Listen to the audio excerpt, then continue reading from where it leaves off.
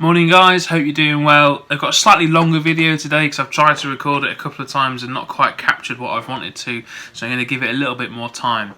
But our passage today is Acts 23 verses 12 through to the end, and the bit that really stands out to me is in 14 and 15 where the guys that are trying to kill Paul say, "We've taken a solemn oath not to eat anything until we have killed Paul.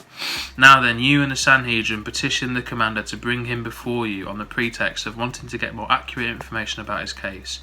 We're ready to kill him when he gets there." And what really stands out to me there is that they're saying, we've taken a solemn oath not to eat anything until we kill him. Now for the Jews, fasting is something that's reserved ultimately for God. It's an act of worship to fast before God and to pray. But they're using it here as a political thing, as a thing to ultimately kill Paul. A negative thing.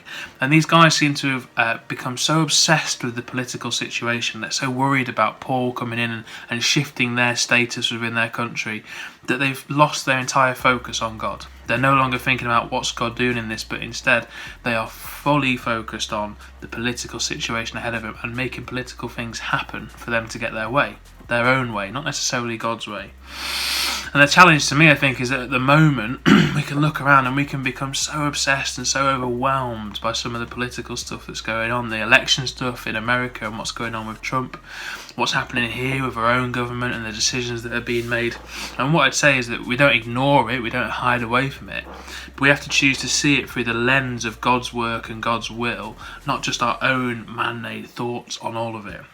We can't become as obsessed with these guys that we begin to fast that someone's going to die because they want rid of him, because it'll mean politically they're in a better position. And actually the thing for me in all this is that what they don't understand is that God seems to be drawing Paul, ultimately in the next few chapters as well, from trial to trial, where he is publicly giving his testimony to the gospel of Jesus. He's telling more and more people the good news, and not only that, but it's recorded in court documents and people can look at this for years going forward. And so I guess for me, God is always on the move, always working, always bringing about hope in these situations. And so as we look through our man-made lenses at the politics in our world at the moment, we might feel absolutely awful and think, gosh, we've got to do something about this. And we have got to do things. But actually our focus is on God and his hope for the future and how he can draw us into that hope and affect change where we are. And so I encourage you guys today to try and seek God amongst all that's going on in the world at the moment. That's my thought. It's a slightly longer video, but it's a bit complicated point, so I hope that's okay. If you've got any thoughts, let me know, and I'll see you guys tomorrow.